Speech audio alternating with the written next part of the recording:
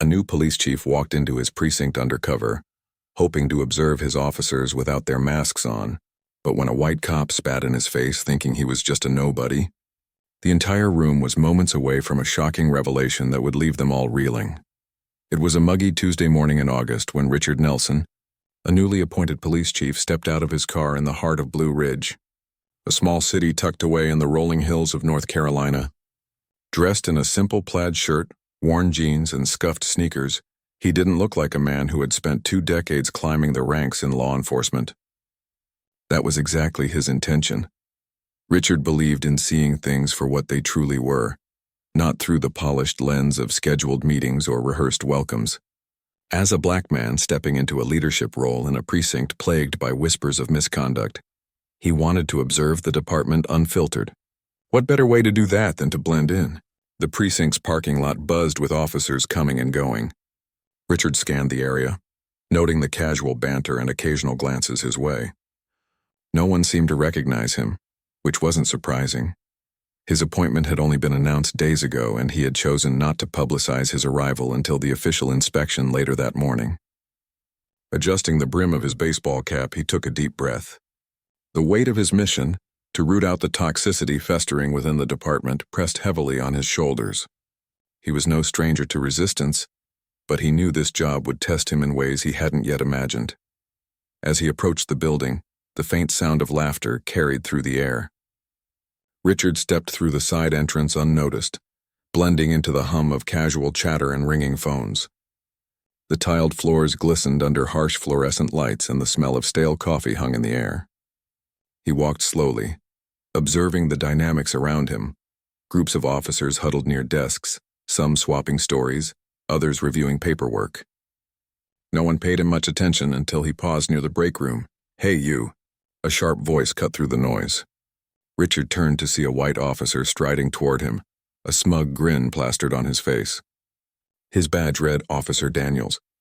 Behind him, a few others leaned against the wall, watching with interest. Richard opened his mouth to speak, but Daniels didn't give him the chance. "Lost, are we? This isn't a shelter," the officer sneered, his tone dripping with condescension. "You need to take that mess somewhere else." Richard froze. The words landed like a punch. He wasn't sure whether to correct the man immediately or let the scene unfold further. Before he could decide, Daniels stepped closer, his voice rising for the benefit of his audience.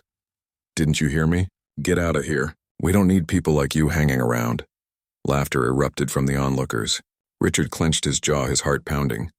He tried to speak, but Daniels leaned in, his face inches away.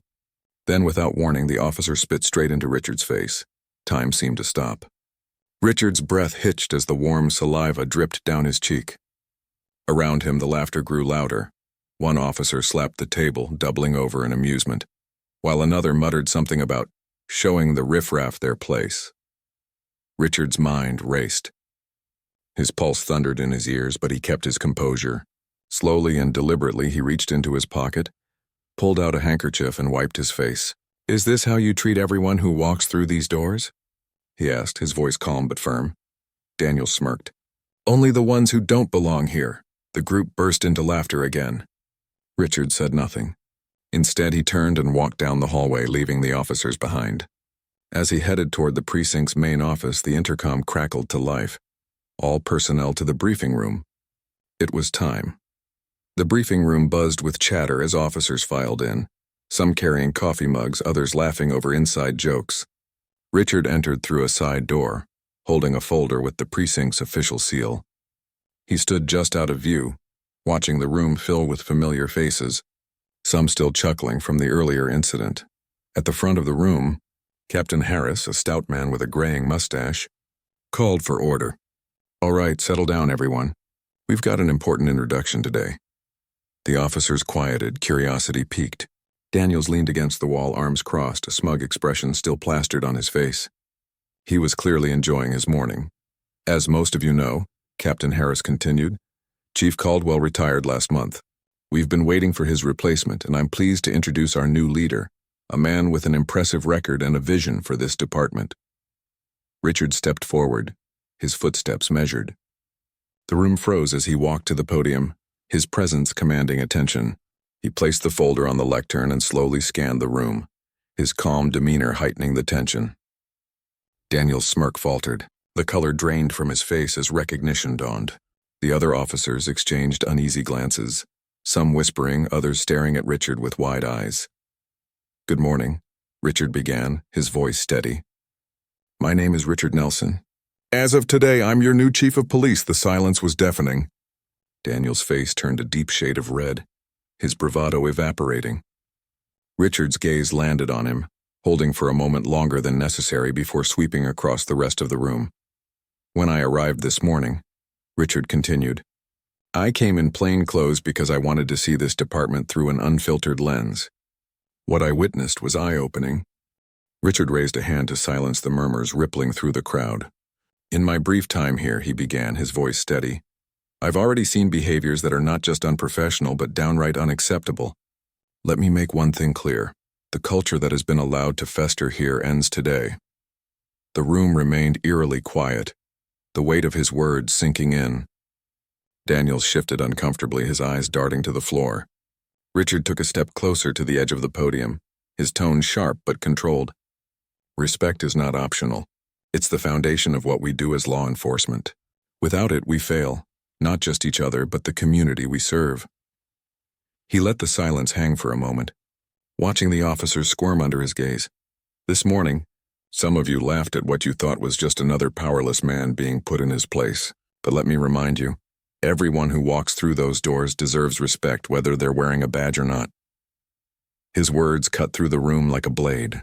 No one dared to move. Richard let the silence linger, his gaze unwavering, the tension in the room palpable.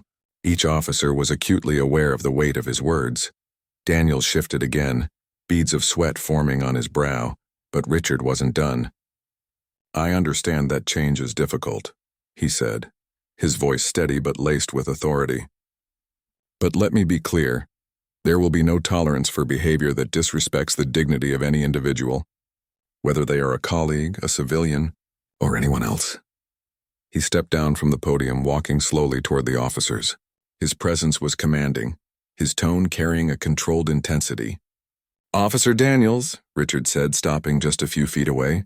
Daniels flinched, his bravado from earlier completely dissolved. "You," Richard continued, locking eyes with him, "represent everything that's broken in this department. When you spat in my face, it wasn't just me you disrespected, it was the badge, the oath, and the community we swore to protect. Chief." I didn't know," Daniel stammered. "That's exactly the problem," Richard interrupted, his voice sharp. "You didn't care to know. You didn't take a moment to think before you acted, because you assumed that the man standing in front of you didn't matter, and that assumption is why this department has lost the trust of the people it serves." The room remained silent, every officer frozen in place. Richard turned his attention to the rest of the group. "What I witnessed wasn't just one man's mistake, it was a culture where bullying and prejudice are not only tolerated, but celebrated, and that stops now." He stepped back toward the podium, his voice rising slightly. "I've spent my career fighting for justice, not just in the streets, but within the walls of departments like this one. Change isn't easy, and it won't happen overnight. But I promise you this, as long as I'm chief, this precinct will operate with integrity, respect, and accountability." Richard paused, letting his words sink in. Then, with a slight nod toward Captain Harris, he concluded, "Effective immediately, Officer Daniels is suspended pending an internal investigation. And for those of you who think this is just a slap on the wrist, think again. This is the first of many changes." Gasps rippled through the room. Daniel's face turned crimson, his jaw tightening as he avoided the stares of his peers. Richard, unfazed, stood tall. "This isn't about punishment," he said firmly. "It's about setting a standard. If you're not willing to rise to it, then this isn't the place for you." He glanced around the room one last time, locking eyes with each officer. "If you're ready to do better, to be better, then we'll move forward together. But know this, I will hold you accountable every step of the way." The meeting ended with a heavy silence. Officers shuffled out of the room without their usual chatter. Richard remained at the podium for a moment, watching as Daniel stormed out, his face a mix of embarrassment and anger. The other officers avoided eye contact, their expressions ranging from guilt to quiet contemplation. Back in his office, Richard sat down at his desk and exhaled deeply. He knew this was just the beginning. Years of entrenched attitudes wouldn't change overnight, and for some they might never change at all. But he hadn't come to Blue Ridge to make friends. "Thanks, Captain," Richard replied, his voice steady. "But the real work starts now. I need a full review of Daniel's history on my desk by tomorrow. Complaints, incident reports, everything." "You've got it," Harris said. He hesitated for a moment, then added, "And Chief, I think you shook a few of them today. In a good way." Richard hung up, allowing himself a brief moment of satisfaction before diving into the mountain of paperwork in front of him. Over the next few weeks, the precinct became a different place. Officers who once laughed at Daniel's antics now avoided him altogether, whispers of his suspension spreading through the department. Richard made it a point to walk the halls regularly, greeting everyone he passed, his presence a constant reminder of his leadership. Some officers took the change to heart. Officer Reyes, a younger recruit, approached Richard one day, admitting that she had been complicit in the toxic culture out of fear of retaliation. "I want to do better, Chief," she said earnestly. "That's all I ask," Richard replied, his voice kind but firm. "It starts with you." But not everyone was willing to change. Daniels filed an appeal against his suspension, claiming unfair treatment. Richard held his ground, standing firm in his belief that accountability was not optional. The department's review uncovered a string of previous complaints against Daniels, ranging from excessive force to inappropriate comments. His appeal was denied, and Richard made it clear that the days of brushing misconduct under the rug were over. Despite the progress, Richard knew the road ahead would be long. Conversations about implicit bias and community relations were met with mixed reactions, but he remained undeterred. Each small victory, a recruit speaking up, an officer rethinking their approach, was a step toward something greater. One morning, Richard attended a community event where he met a young boy who shyly approached him. "Are you really the chief?" the boy asked, his eyes wide with wonder. "I am," Richard said with a smile. "My dad says the police don't care about us," the boy whispered. Richard crouched down to meet his gaze. "I can't change the past," he said gently. "But I promise we're working to do better. And if you ever need help, you come find me, okay?" The boy nodded, a small smile breaking across his face. Moments like this reminded Richard why he had taken the job in the first place. By the end of his first year, the precinct was far from perfect, but it was undeniably different. Officers who couldn't adapt were gone, replaced by recruits who shared Richard's vision for a fair and respectful department. The community, once skeptical, began to see signs of change, a renewed effort to build trust and bridge divides. One evening, Richard stood in the precinct's main hallway, watching as officers filed out after their shifts. The laughter and camaraderie felt different now, not at someone's expense but genuine and inclusive. He knew there would always be challenges ahead, but for the first time he felt hopeful. Change was never easy, but it was worth every fight.